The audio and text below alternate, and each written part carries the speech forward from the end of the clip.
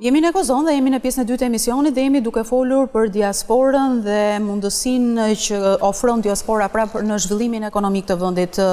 Sipas të dhënave të Instat, rezulton se rreth 2.2 milion shtetas shqiptar jetojnë sot në mbar botën, nga të cilët 1.2 janë meshkuj sipas Institutit të Statistikave dhe 1 milion prej tyre janë femra të shtrirë dhe që jetojnë pra nga Shtetet e Bashkuara të Amerikës, Evropë e më gjerë. Përsa i përket të ardhurave që sjellin emigrantët, të dhënat më të fundit të Bankës së Shqipërisë tregojnë se në vitin që lan pas të remitancat që sjellin emigrantët për familjet shqiptare arritën në 1.1 miliard euro nga 1 miliard që ishin në vitin 2024 dhe 928 që ishin në vitin 2023. Por këto janë para pra që vinë në mënyrë formale nga sistemi bankar, ndërkohë që potenciali i diasporës është edhe më i madh.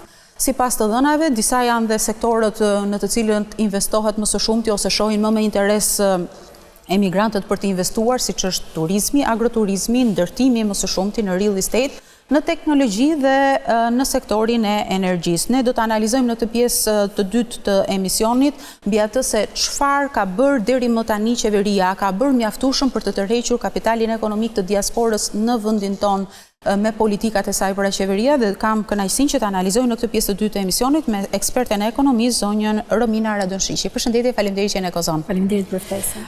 Romina, një pyetje të parë, si e pat ju samitin gjatë kësaj jave, pra që u zhvillua në Tiranë, samitin e diasporës? E pat një takim apo një event që pati më shumë karakter politik apo pati më shumë karakter ekonomik?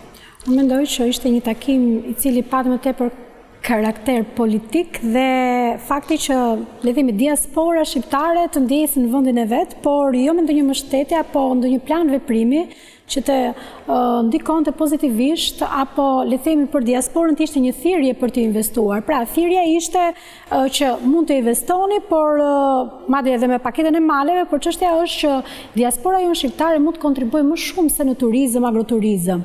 Diaspora jonë shqiptare mund të kontribuojë pikërisht në disa sektorë që Shqipërisë i mungojnë dhe njohuritë dhe kur flas për disa dhe eksperienca, sepse ato vijnë nga një eksperiencë europiane më tutje, vijnë me një know-how komplet tjetër, madje dhe vetëm mentorimi në disa startupe do të krijonte një mundësi dhe një zhvillim potencial, pra ndoshta edhe për investitorët shqiptarë që nuk dinë se si ti alokojnë, le të themi, apo si ti diversifikojnë investimet e tyre.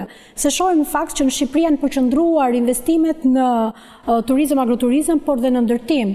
Por do të ishte shumë mirë që investimet të drejtoheshin edhe në sektor tjerë që janë më të qëndrueshëm. Dhe kur flasim për sektor më të qëndrueshëm, ne e dimë kush është plaga më e madhe e Shqipërisë. Pra, probleme me prodhimin vendas, çka do thotë bujqësi. Jo se nuk ka investime në bujqësi. Problemi i bujqësisë tonë është teknologjia, një bujqësi, le themi, tradicionale dhe pikërisht diaspora mund të sjellë një eksperiencë të re, më teknologjike, më bashkohore, më moderne, të bërit bujqësi në Shqipëri, por jo vetëm bujqësi, dhe në sektor të tjerë, siç mund të jetë teknologji, inovacion, por dhe në industri. Ndaj unë mendoj që ky takim, ky summit do të ishte më pozitiv nëse do të kishte një plan veprimi konkret, jo vetëm një thirrje. Në fakt, kjo është ajo që të paktën në gjykimin tim mungoi, pra u bën disa ditë, u zhvilluan disa takime rresht për disa ditë rresht dhe në finale çfarë u konkludua? Nuk patëm ne një përmbledhje të këtij samiti se çfarë u konkludua, çfarë mund të bëhet më mirë, kush mund të jenë, cilat ishin sugjerimet që dha diaspora që qeveria mund t'i marrë apo jo, apo mund t'i shqyrtojë në konsiderat. Mungoi një konkluzion, një përmbledhje kësaj natyre. Po, dhe jo vetëm kaq, por edhe në samitet e tjera, sepse ky ishte një samit i radhës, pra nuk është se kishte një rikthim nga e shkuar dhe çfarë është bërë tani, pra tregoheshin disa rezultate pozitive. Pra ku jemi dhe ku duam të shkojmë? Ku duam të shkojmë dhe kush janë sfidat që ndoshta edhe vetë diaspora shqiptare ti identifikoi dhe më pas këto sfide që për diasporën shqiptare ne i dim kush janë sfidat. Sfida e parë është njëherë korrupsioni, niveli i lartë i informalitetit dhe evazioni fiskal. Mendoj që vërtet është diasporës shqiptare dhe ka dëshirë të bëjë investime dhe këto investime janë investime patriotike, por çështja është që çdo në fund të ditës, çdo investitor nga diaspora apo dhe investitori huaj do një siguri dhe kush është siguria? Konkurrueshmëria. Dhe konkurrueshmëria zgjidhet pikërisht me reduktimi sa më të madh të informalitetit dhe evazionit fiskal, që në Shqipëri është prezent. Pra 1/3 e ekonomisë tonë në përgjithësi është informale. Nga ana tjetër, diaspora shqiptare në diasporën midis institucioneve publike, pra midis administratës dhe diasporës shqiptare duhet të ketë ura lidhëse, jo të që do thotë që nëse një investitor i cili vjen nga diaspora të marri informacionin apo të marri le të themi të gjithë lehtësirat fiskale apo çdo lehtësi tjetër që ofron qeveria shqiptare duke mos u penguar nga burokracitë e tepërta, duhet të ketë ura komunikimi që të jenë 24 sepse të mendosh që nëse diaspora shqiptare, sepse vërtet ka kapacitete, do të investonte në Shqipëri, do të krijonte një rritje ekonomike dhe do të drejtonte, le të themi, dhe ato remitanca, mos ishte më remitanca vetëm për qëllime konsumi, por të ishin investime konkrete që ndihmojnë dhe vetë familjarët, sepse duke i drejtuar pikërisht to remitanca në investime konkrete do të ndikojnë në rritjen e këtyre individëve të cilët mund të jenë dhe pensionistë, por janë të aftë për të punuar dhe të kontribuar në tregun e punës tek le të themi të afërmit dhe familjarët, por nga ana tjetër dhe për qeverinë shqiptare krijon një rritje ekonomike, më shumë të hyra, ngaratimet dhe taksat. Themi për shembull lehtësi fiskale do të ishte mirë për pikërisht për diasporën. Po unë mendoj më shumë se sa një lehtësi fiskale duhet të ketë disa skema të cilat pra të jenë thirrje konkrete, disa plane veprimi, sepse unë mendoj që të dedikuara pikërisht për diasporën shqiptare. Në fakt me emigrantë dhe ish emigrant që patëm në pjesën e parë të emisionit me të cilët diskutuam, hodhën idenë e pasjes e rikthimit të një ministrie për diasporën, që sipas tyre ndoshta duhet ishte një hallk që mund të ishte më pranë sugjerimeve që mund të ketë diaspora dhe pikërisht këtyre planit të veprimit për të patur një ide të qartë dhe një fokus se ku mund të arrihet dhe çfarë mund të tërhiqet nga kapitali diasporës. A mendoni dhe ju se kjo do të ishte një qasje më pozitive? Pra një ministri si e kemi patur, por nuk e kemi më. Po, është e vërtet ne e kemi patur në fakt, por po të rikthejmë vështrimin nga shkura, pam që dhe kjo ministri nuk është se krijoi ndonjë element apo ndonjë vlerë të shtuar. Por mendoj që është shumë e rëndësishme në mos ministri një institucion përkatës dedikuar diasporës që të konsiderojë si pra diaspora si një grup interesi, por dhe qeveria si një grup interesi, me qëllim që të shikone çfarë mund të bëjnë për vendin tonë. Të mendosh që diaspora me fondet dhe investimit që ka biznese në vendet ku ato jetojnë i kanë zhvilluar. Çështja është që se si ta bëjmë në diasporën ose çfarë kërkon diaspora që qeveria shqiptare t'i ofrojë në dispozicion që të investojnë në Shqipëri, sepse ne dimë shumë mirë që ne bëjmë politikat më dha për investime të huaja, ndërkohë që ne kemi diasporën që mund të kontribuojë dhe le të themi ato kanë dhe një dëshirë edhe emocionale dhe patriotike për të investuar pikërisht në vendlindje, pra në Shqipëri.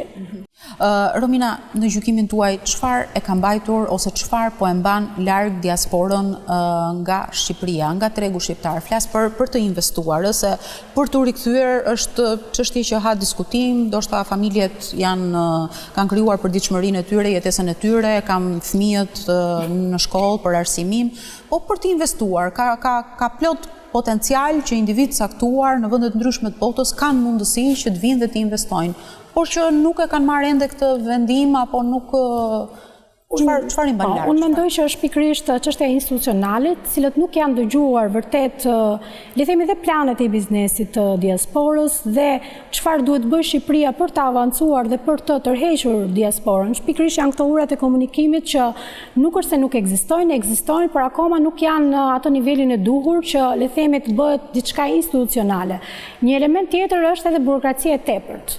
Pra, ka një burokraci të tepërt që mund të eliminohet dhe mund të shkurtohet pikërisht dhe me krijimin e institucioneve përkatëse, kur dhënia dhe marrja e informacionit të jetë e shpejtë, pra për shpejtimi i procedurave, sepse dhe ndonjëherë diaspora shqiptare në momentin që informacioni jepet jo në kohën e duhur, i humbi interesi, është një investitor që atë kapital mund ta investojë edhe në vende të tjera, se në fundit çdo individ i cili futet në një biznes ka qëllim fitimin.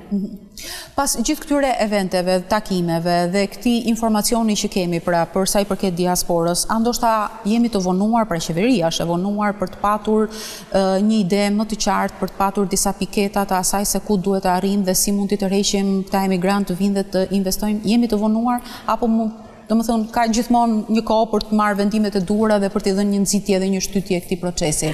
Dhe për të mos i parë vetëm në aspektin politikës, në zgjedhjet e fundit I pam që u përdor diaspora më së shumti në fokus ishte për qëllime elektorale.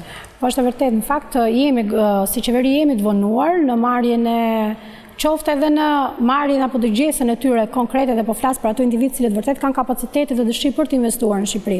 Patjetër që kjo gjë mund të rregullohet gjatë rrugës, megjithatë duhet nisi nga momenti I takimit. Pra, nëse vetë Ministritë përkatëse nuk ka kuptuar rëndësinë e diasporës dhe rëndësinë që diaspora të investojë, unë mendoj që në vitin të vijim takimet të tilla do jenë thjesht formale dhe pas një rezultat sikurse ishte edhe ky takim.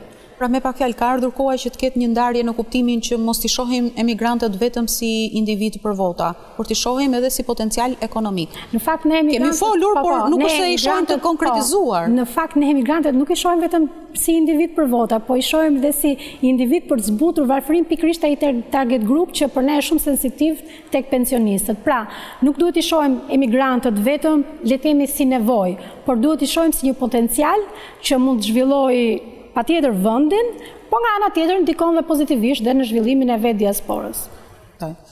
Shpresoj që qeveria të ketë një plan veprimi të qartë për atë se çfarë duhet të arrijë me diasporën, ndërkohë unë falenderoj që ndave me mua këtë opinionin. Nderuar miq, kemi sërish një shkëputje publicitare dhe do rikthehemi në pjesën e tretë të emisionit dhe do të ndryshojmë tërësisht temë. Vetëm pas pak.